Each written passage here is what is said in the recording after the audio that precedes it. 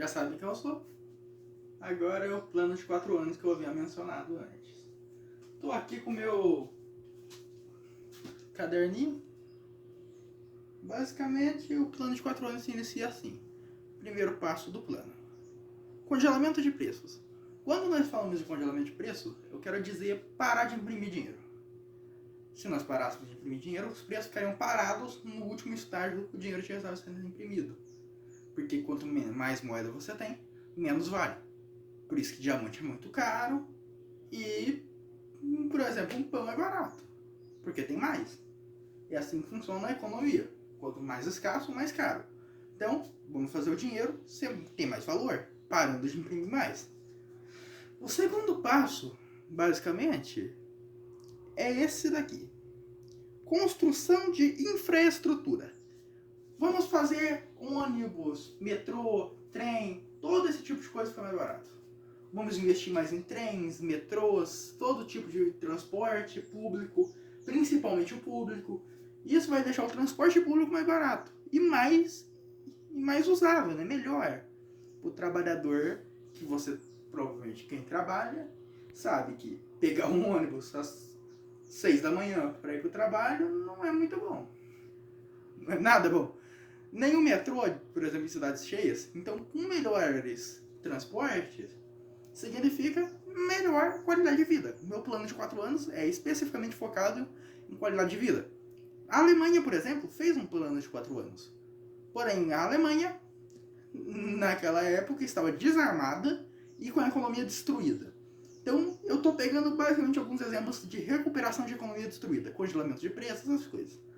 Porém, nós não estamos com a mesma situação da Alemanha. Nós estamos com uma inflação tão alta, porque a Alemanha teve a maior inflação de todos os tempos, e também não estamos com um desarmamento. O Brasil é a potência mais forte regional, então nós não vamos precisar focar nesse tipo de quesito.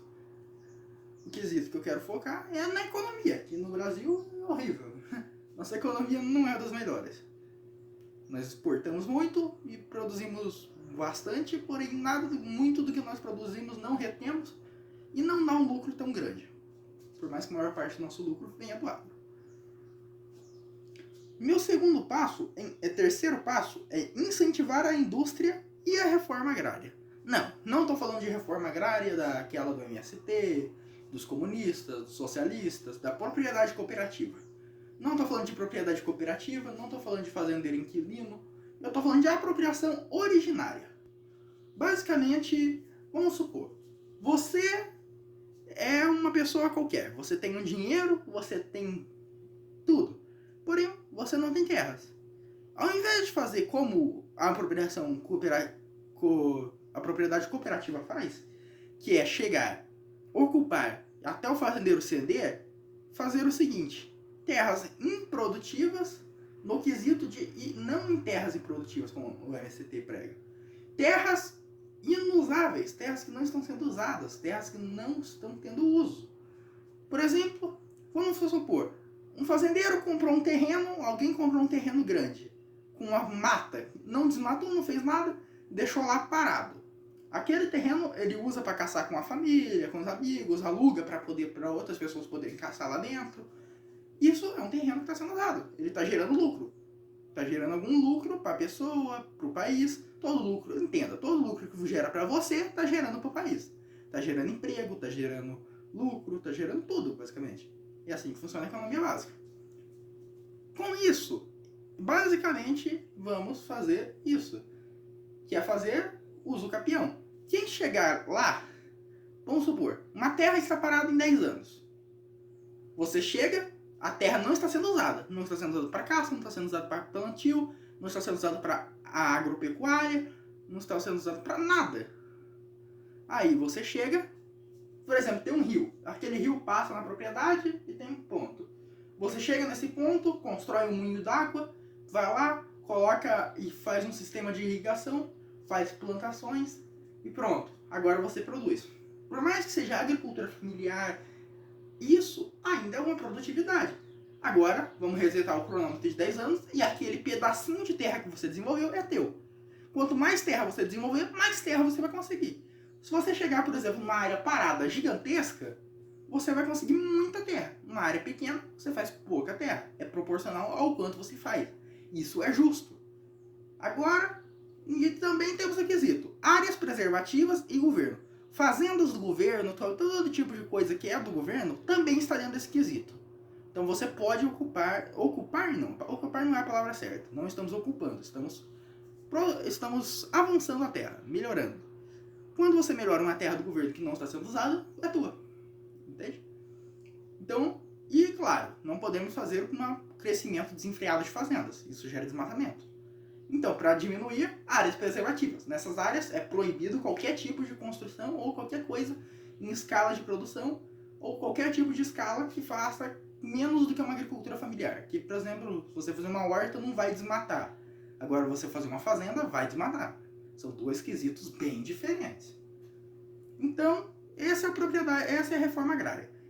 Agora, quando eu digo incentivo de indústria, que é meu outro ponto, eu digo fazer o seguinte: pegar uma taxa de criação de indústria e zerar, zero taxa.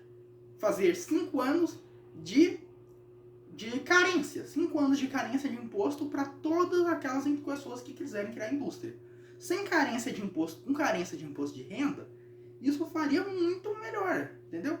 Outra coisa da reforma que eu quero, que não está no caderno porque eu não escrevi, porque esqueci, mas é uma reforma muito importante, é métodos de taxação. Nós estamos fazendo taxação por consumo. Esse é um método retrógrado, usado desde a Idade Média. É muito retrógrado. Por que não? Espera aí só um minutinho. Por que não fazemos uma taxação proporcional? 10% da receita líquida. Vamos supor, um rico ganha, vamos supor, um pobre está ganhando 1.000, especificamente 1.000. 1.000. O rico ganha 10 vezes mais, 10.000. Enquanto o pobre vai pagar que 10% do que ele ganha, vamos dividir em 10. Pega 1.000, divide em 10. Dividindo 1.000 por 10, nós vamos ter um décimo. Um décimo disso é quanto? E quanto é um décimo de 1.000? 100. Temos um décimo de 1.000, 100. Qual é um décimo de 10.000? 1.000. É assim que funciona. Com um décimo de todos os salários, vai dar um lucro para o governo, o povo vai pagar menos imposto, vai pagar proporcional ao que paga, e muita gente passa fome por conta disso. A última reforma é o fim da corrupção, que eu vou explicar em outro vídeo, porque o tempo está acabando, só tem mais 5 segundos e tchau!